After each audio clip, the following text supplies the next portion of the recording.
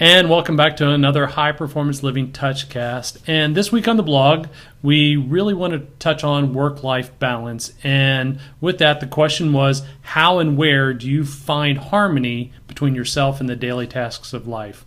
So it's really a really great thought-invoking question, or provoking, I guess it would be either way. Either way. But it's really, how do you kind of find that harmony between yourself and daily life? So with that, we really wanted to touch upon the concept of a perfect day and really creating what your perfect day is. So with that, we have our list of really kind of creating a perfect day. And you want to take this? Because I know we've both done this, but you really kind of led the way on this. Yeah, we both sort of did this independently after listening to someone talk about it on a podcast is where I kind of got the idea. And I never really had considered, I'm not much of a writer, I'm not a journaler as far as things like that go. But the concept is that you visualize and actually physically put pen to paper. And I think pen to paper is better than electronic because it just immerses that into your brain a little bit more. But truly writing down your perfect day. So if you were going to think about how you would wake up, when you would wake up, who you would wake up with, if anyone, animals, humans, any associated things like that, what you would go through the mechanics of your day on the day-to-day. Now, there's certainly going to be things that change, if you're out of town or things like that.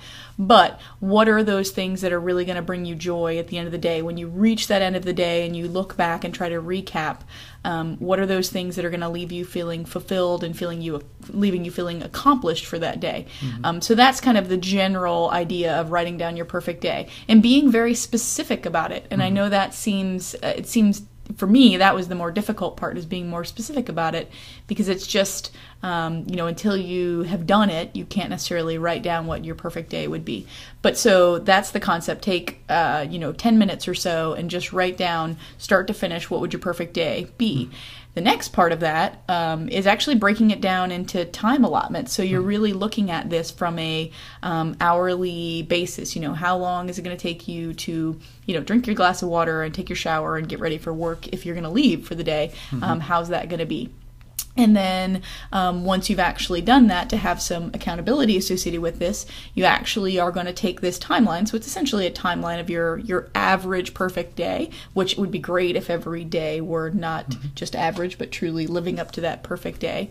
Take that, take a picture of it, stick it out on Instagram or Facebook or one of those places, so that you've not only said it to yourself and kind of shared it internally, but you now have that external sharing. Because once you actually say things, it's just like any goal. Once you say them and put them forward, they are immensely more likely to actually come to fruition than if you just keep them inside. Right. So I think, I guess this is probably how writers deal with things on a day-to-day basis. They maybe have an idea and they finally put it out, and once they get it shared, it seems like things come to reality. Right. So yeah, and I think really that concept of, whether you wanted to call it the law of attraction or any of the other thought processes. So if you read Napoleon Hill, if you read really any of the great leaders of the past, these are things that they did. They really created what it was that they wanted. So whenever you're designing what your perfect day would be, really what would you truly do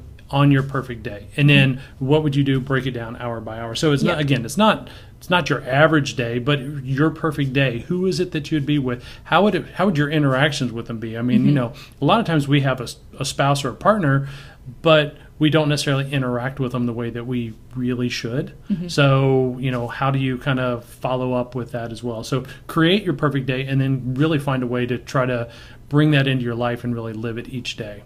So if you're struggling with that, or if you feel like you don't even know what your perfect day might be, we absolutely are more than willing to help you with that. So absolutely, if you head over to the website, that will give you a way to see a little bit about what we do. You can certainly contact us for individualized coaching, or if you have questions, we're happy to kind of help along the way. But really, we just want to give back. We want people to be happy and fulfilled. And I think that is imperative for everyone. So please visit the website and come say hi to us. Absolutely. So until next week, we'll see you later.